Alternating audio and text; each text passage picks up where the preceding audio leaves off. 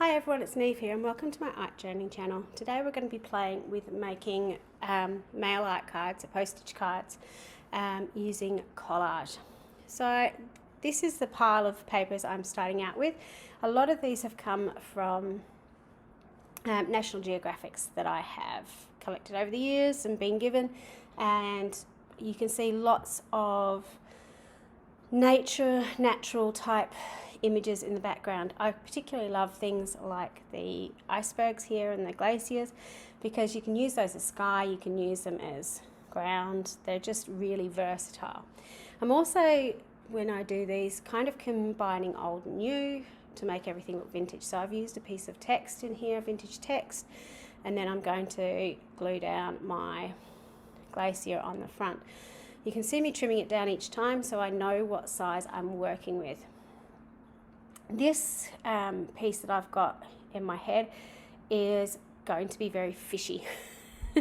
So I've got a school of fish going across the background, and I'm using some of these gorgeous fish stamps from Paper Artsy. So mail art like this has been around for a long time. It's sort of, when I first started stamping, nearly 25 years ago, this is sort of stuff that we were doing, making faux postage. And a lot of it came from artists like Nick Bantock.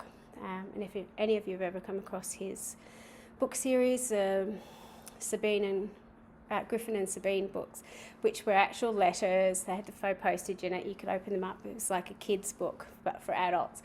So you had the letters you could unfold and you felt like you were reading someone's mail. Absolutely wonderful, beautiful artist who does all his own illustrations and so on. But some of his favourite pieces, and particularly in the Griffin and Sabine books, were to do with fish. And a very famous one is with a goldfish swimming through a wine glass, which I always love, just the blues in the background, this gorgeous orange fish and the shattered glass everywhere. So that's kind of where the inspiration for this one came. And I think actually later on in the series I did try and replicate that postcard. So there'll be a video up of that shortly. The book that I got these fish out of is just a collection of collage images that are copyright free that you can cut out and stick onto pages. So you have to fussy cut them all yourself. They're not got adhesive on the back. You need to do all the hard work, I suppose, but all the images are there together. And very nicely, they're all organised for you in the fact that all the fish are on the page, all the mushrooms are on the page, all the birds are on the page, so you can sort of have a bit of an idea of what you want and then turn to the page that you would like. I'm just cancelling the stamps I've got in the background. I'm using these stamps from Dark Room Door, and I'm gluing everything down with a glue stick, which is very unusual for me. But when you're working with particularly magazine images, they do wrinkle with wet glue, so if you can use a dry glue like a glue stick, it does work better. Make sure you've got a good glue stick. There's a lot of crappy ones around. It drives me nuts as a teacher, the amount of stuff that doesn't glue down properly. So I have a love-hate relationship with glue sticks, but in cases like this, they are very, very useful. So you can see I've got the airmail sign on there as well.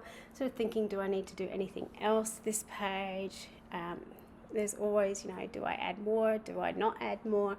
You can see me flipping through to see if there's something else I can add onto the page. A lot of the time when I'm working, it is that, stop and think about it a little bit. Sometimes I tidy up in between. Quite often I don't. You can see here I'm obviously doing a bit of tidying. I did decide that I wanted to age up my the edges of my postcard a little bit and give it a bit more of the vintage vibe. So I'm just using some walnut ink, archival ink to do that, and a bit of a blender. Still waiting, going, is it finished yet? Is it finished yet? I thought about adding on this big eye. It looked ridiculous, so I took that off again. Bonus of having washi tape, so you can peel on, peel off again. Did decide to darken up the bottom a little bit with blue ink, so there's just a lot of is this working, is this not working? And it really is trial and error. So only you know when something's finished. Unlike me, if you're a very patient person, usually going away and leaving it overnight or coming back with fresh eyes helps. I hate leaving things unfinished. I need to get them finished so I feel like I've actually done something. So that's why you sort of see me tapping my fingers and still going for it. I need to just get it done. That's my little quirk in life. So I'm just adding some final details using my white pen to make sure that everything stands out a little bit. Now, because a lot of the images on here are gloss paper, a little bit shiny, it does mean if I do make a mistake with my paint pen, you could see there, I could wipe it off pretty easily before it dried. Off camera, still wasn't 100% happy, and you can see I added a shadow around the fish just to help it pop out a little bit. But overall, I was really pleased with how this all worked together. You've got the two big fish, you've got the lighthouses there, you've got the male theme, so it sort of all came together after a little bit of thinking. So that's a fun thing about these. You can have something really surreal, really strange go together and make a finished story for you.